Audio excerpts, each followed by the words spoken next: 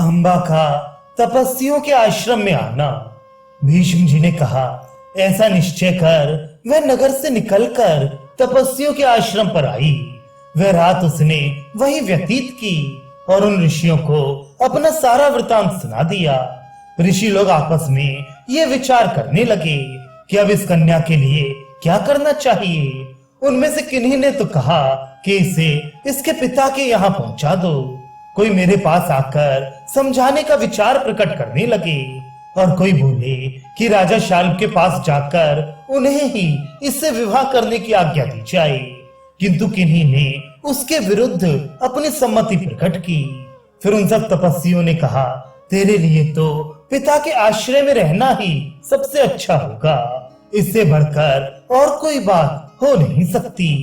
स्त्री के तो पति या पिता दो ही आश्रय हैं। अम्बा ने कहा, मुनिगण, अब मैं काशीपुरी में अपने पिता के घर लौटकर नहीं जा सकती। इससे अवश्य ही मुझे बंधु बांधवों का तिरस्कार सहना पड़ेगा। अब तो मैं तपस्या ही करूंगी, जिससे अगले जन्म में मुझे ऐसा दुर्भाग्य प्राप्त ना हो। भीष्म जी कहते हैं, वे ब्राह्मण लोग इस प्रकार उस कन्या के विषय में विचार कर ही रहे थे कि इतने ही में वहां परम तपस्वी राज ऋषि होत्रवाहन आए। तपस्वियों ने स्वागत, आसन और जल आदि से उनका सत्कार किया। जब वे आराम से बैठ गए तो उनके सामने ही मुनिगण फिर उस कन्या की बातें करने लगे। अम्बा और काशी राज के विषय में वे सब बातें सुनकर राज ऋषि होत्रवाहन को बड़ा खेद हुआ। होत्रवाहन अम्बा के नाना थे। उन्होंने उसे गोद में बिठाकर ढांढस बंधाया और आरंभ से ही इस आपत्ति का पूरा पूरा वृतांत पूछा।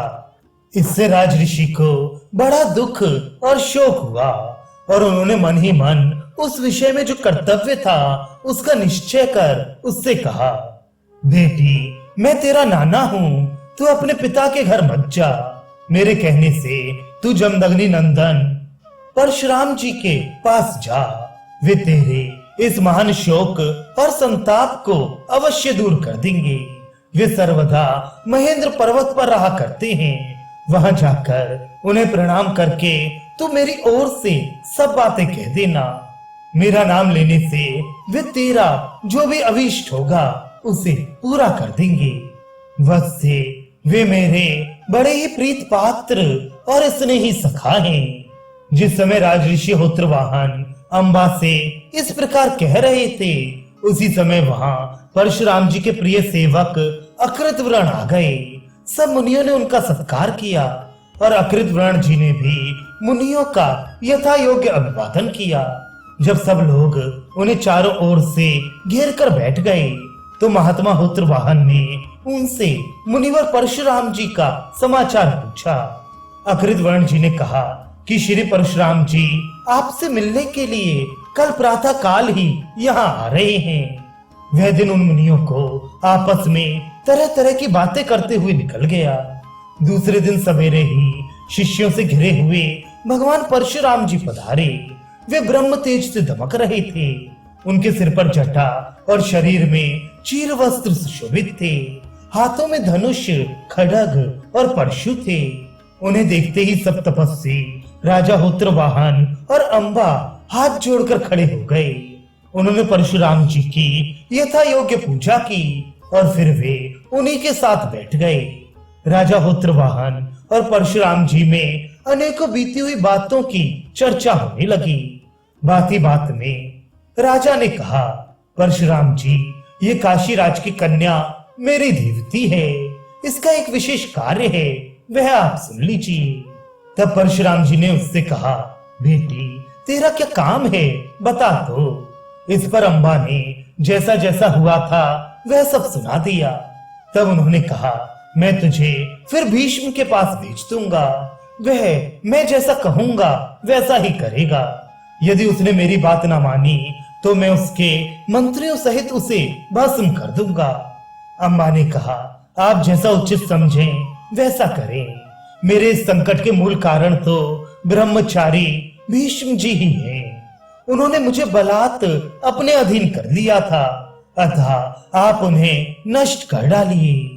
अम्बा के ऐसा कहने पर श्री परशुराम जी उसे तथा उन ब्रह्मज्ञानी ऋषियों को साथ ले कुरुक्षेत्र में आए। वहां वे सरस्वती नदी के तीर पर ठहर गए। तीसरे दिन उन्होंने मेरे पास यह संदेश भेजा कि मैं तुम्हारे पास एक विशेष कार्य से आया हूँ, तुम मेरा वह प्रिय कार्य कर दो। अपने देश में श्री परशुराम जी के पधारने का समाचार सुनकर मैं तुरंत ही बड़े प्रेम से उनसे मिलने गया। मेरे साथ अनेकों ब्राह्मण, ऋत्विज और पुरोहित भी थे तथा उनके सत्कार के लिए मैं एक गौ भी ले गया था। प्रतापी परशुराम जी ने मेरी पूजा स्वीकार की और मुझसे कहा, भीष्म, जब तुम्हें स्वयं विवाह करने की इच्छा नहीं थी तो तुम इस काशी राज की पुत्री को क्यों हर ले गए थे और फिर इसे त्याग क्यों दिया? देखो, तुम्हारा स्पर्श होने से अब यह स्त्री धर्म से भ्रष्ट हो गई है। इसी से राजा शाल्व ने इसे स्वीकार नहीं किया, अतः अब अग्नि को साक्षी बनाकर तुम ही इसे ग्रहण करो। तब मैंने उनसे कहा, भगवान, अब मैं अपने भाई के साथ इसका विवाह किसी प्रकार नहीं कर सकता, क्योंकि इसने स्वयं ही पहले मुझसे कहा था कि मैं तो शाल्व की हो चुकी हूँ। तब मेरी आज्ञा लेकर ही ये शाल्व के नगर में गई थी। मैं भय, निंदा, अर्थलोभ या किसी कामना से अपने क्षत्रिय धर्म से विचलित नहीं हो सकता। मेरी बात सुनकर परशुराम जी की आंखें क्रोध से चंचल हो उठी और वे बार बार कहने लगे, यदि तुम मेरी आज्ञा पालन नहीं करोगे तो मैं तुम्हारे मंत्रियों के सहित तुम्हें नष्ट कर दूंगा। मैंने भी बार बार मीठी वाणी में उनसे प्रार्थना की, किंतु वे शांत ना हुए। तब मैंने उनके चरणों पर सिर रखकर पूछा, भगवान, आप जो मुझसे युद्ध करना चाहते हैं, इसका कारण क्या है? बाल्यावस्था में मुझे आप ही ने 4 प्रकार की धनुर्विद्या सिखाई थी, अतः मैं तो आपका शिष्य हूँ। परशुराम जी ने क्रोध से आंखें लाल करके कहा, भीष्म, तुम मुझे गुरु समझते हो, फिर भी मेरी प्रसन्नता के लिए इस काशी राज की कन्या को स्वीकार नहीं करते। देखो, ऐसा किए बिना तुम्हें शांति नहीं मिल सकती। तब मैंने कहा, ब्रह्म ऋषि, आप व्यर्थ श्रम क्यों करते हैं? ऐसा तो अब हो ही नहीं सकता। मैं पहले इसे त्याग चुका हूँ। भला जिसका दूसरे पुरुष पर प्रेम है, उस स्त्री को कोई किस प्रकार अपने घर में रख सकता है? मैं इंद्र के भय से भी धर्म का त्याग नहीं करूंगा, आप प्रसन्न हो अथवा ना हो। इसलिए मैंने प्रेम पूर्वक आपका सत्कार किया है, किंतु मालूम होता है आप गुरुओं का सा बर्ताव करना नहीं जानते। इसलिए मैं आपके साथ युद्ध करने के लिए भी तैयार हूँ। मैं युद्ध में गुरु का, विशेषतः ब्राह्मण का और उसमें भी तपोवृद्ध का वध नहीं करता। इसी से मैं आपकी बातों को सह रहा हूँ, किंतु धर्मशास्त्रों ने ऐसा निश्चय किया है कि जो क्षत्रिय के समान ही हथियार उठाकर सामने आए हुए ब्राह्मण को, जबकि वह डटकर युद्ध कर रहा हो, मैदान छोड़कर भाग ना रहा हो, मार डालता है, उसे ब्रह्म हत्या नहीं लगती। मैं भी क्षत्रिय हूँ और क्षत्रिय धर्म में ही स्थित हूँ। इसलिए आप प्रसन्नता से मेरे साथ द्वंद्व युद्ध करने के लिए तैयार हो जाइए। आप जो बहुत दिनों से डींग हाका करते हैं कि मैंने अकेले ही पृथ्वी के सारे क्षत्रिय जीत लिए हैं, सो सुनिए, उस समय भीष्म या भीष्म के समान कोई क्षत्रिय उत्पन्न नहीं हुआ होगा। तेजस्वी वीर तो पीछे उत्पन्न हुए हैं। आप तो घास फूस में ही प्रज्वलित होते रहे हैं। जो आपके युद्ध अभिमान और युद्ध लिप्सा को अच्छी तरह नष्ट कर सकता है, उस भीष्म का जन्म तो अब हुआ है। तब परशुराम जी ने हंसकर मुझसे कहा, भीष्म, तुम संग्राम भूमि में मेरे साथ युद्ध करना चाहते हो, यह बड़ी प्रसन्नता की बात है। अच्छा लो, मैं कुरुक्षेत्र को चलता हूँ, तुम भी वहीं आ जाना। वहां सैकड़ों बाणों से बींध कर मैं तुम्हें धराशायी कर दूंगा। उस दीन दशा में तुम्हें तुम्हारी माता गंगा देवी भी देखेंगी। चलो, रथ आदि युद्ध की सब सामग्री ले चलो। तब मैंने परशुराम जी को प्रणाम करके कहा, जो आज्ञा।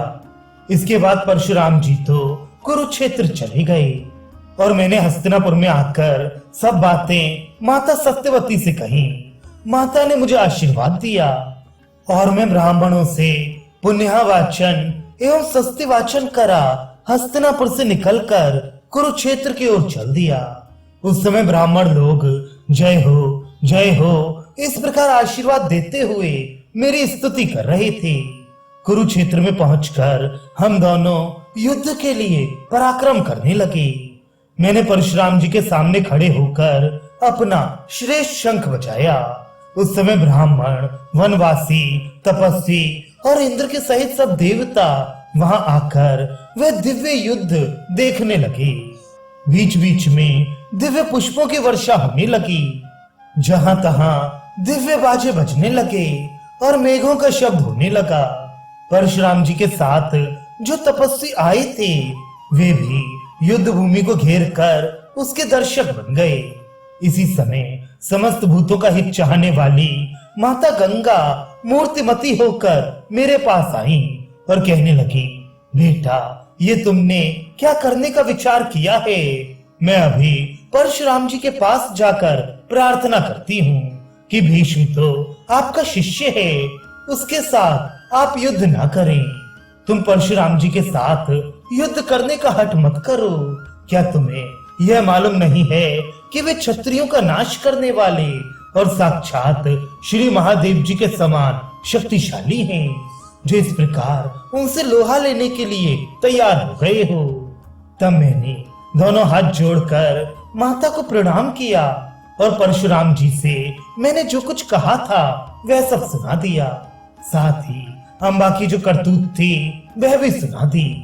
तब माता गंगा जी परशुराम जी के पास गईं और उनसे क्षमा मांगती हुई कहने लगी, मुनि आप अपने शिष्य भीष्म के साथ युद्ध ना करें। परशुराम जी ने कहा, तुम भीष्म को ही रोको, वह मेरी एक बात नहीं मानता, इसी से मैं युद्ध करने के लिए आया हूँ। तब गंगा जी पुत्र स्नेह के कारण फिर मेरे पास आई, किंतु मैंने उनकी बात स्वीकार नहीं की। इतने ही में महातपस्वी परशुराम जी रणभूमि में दिखाई दिए और उन्होंने युद्ध के लिए मुझे ललकारा।